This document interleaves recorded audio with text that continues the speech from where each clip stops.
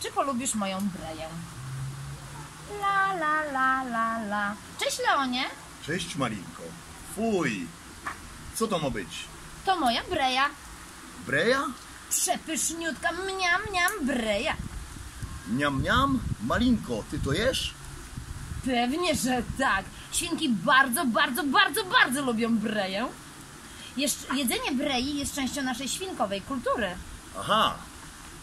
Ale czy to musi tak brzydko pachnieć?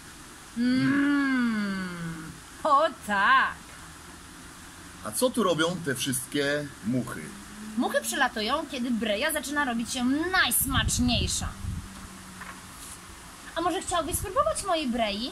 Czy ja chciałbym spróbować brei? Nie ma mowy. Och, no dobrze. Malinko, poczekaj. Tak, Leonku? To ja spróbuję twojej brei. Hurra! Może naprawdę polubisz moją breję? Może? Weź duży kęs. Skosztuję troszeczkę. Rzeczywiście malutki ten kęsik. Jesteś blisko spróbowania mojej brei. Coraz bliżej. Już prawie. Tak, spróbowałeś. Ble. Fu. Ostre, prawda? A czy wiesz, jak uzyskać ten smak starych skarpet? O, chyda. Musisz dodać stare skarpety. Ble, ble, ble. Fuj, fuj. I jak? Polubiłeś moją breję?